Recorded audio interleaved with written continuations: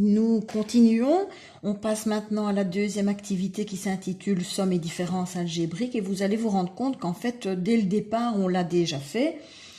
On vous propose comme activité ceci, Sabine conteste le classement. En effet, vous souvenez, sur le podium, donc elle était deuxième.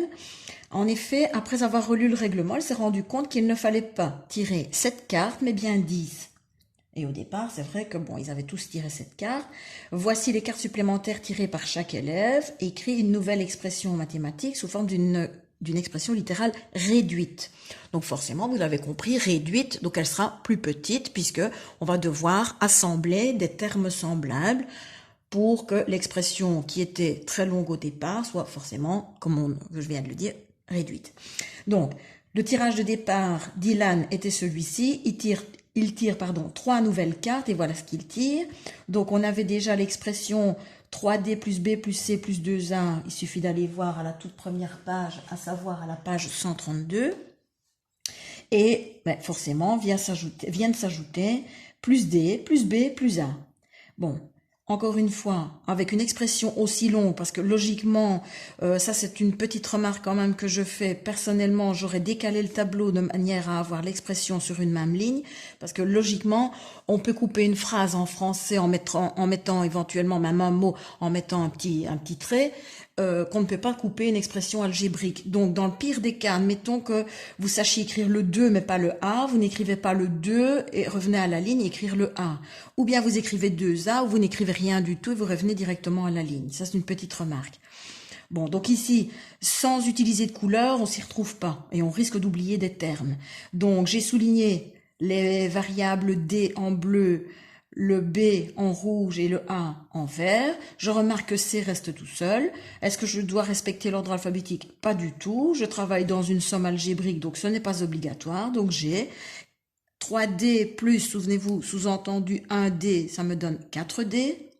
1B plus 1B me donne 2B. 3A plus 1A me donne 3A.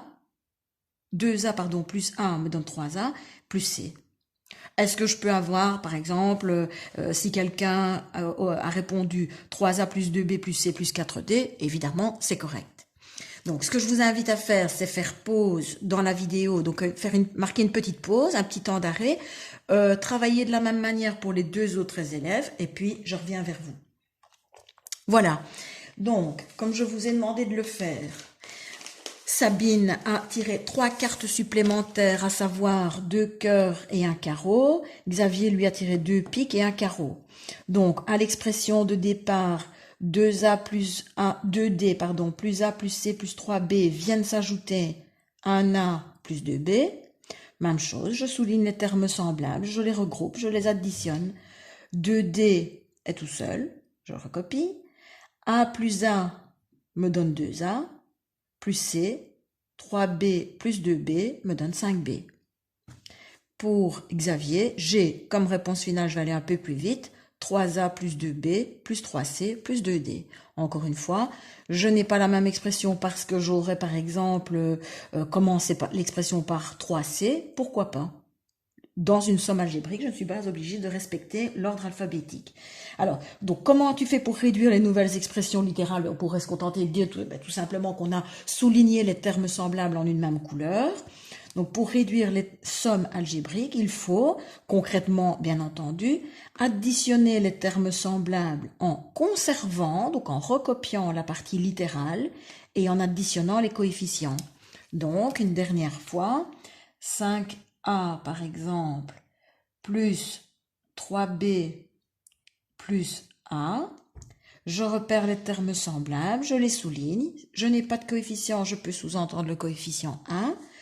5A plus 1A, je fais comme je viens de le lire.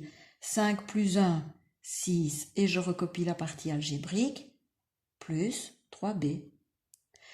Chaque fois que vous avez des difficultés avec le calcul littéral, vous pouvez toujours vous référer au système métrique de l'école primaire.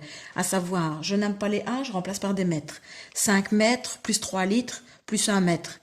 5 mètres plus 1 mètre me donne 6 mètres plus 3 litres. Est-ce que je peux additionner des mètres et des litres? En aucun cas. C'est comme si maintenant je vous demandais d'additionner ma pièce rouge avec ma pièce verte. Ça n'a pas de sens. J'ai d'une part une pièce rouge, d'autre part une pièce verte. Ce sont deux choses bien distinctes. Alors, dans l'exercice suivant, on vous demande de déterminer le nouveau total de points obtenus par chaque élève. Donc ça, vous savez. Ça, je vais vous le montrer directement. Vous savez que donc la nouvelle expression de chacun, je remplace chaque lettre toujours en utilisant la même valeur que celle qui a été attribuée à la page 133, je vous le remonte. Donc 4 points pour A, 3 points pour B, 2 points pour C, 1 point pour D, pour obtenir donc le nouveau montant attribué à chaque élève. Et donc cette fois-ci, ça c'est clair que je me rends compte que Sabine est la gagnante, suivie de Xavier et toujours le malheureux Ilan qui est le dernier.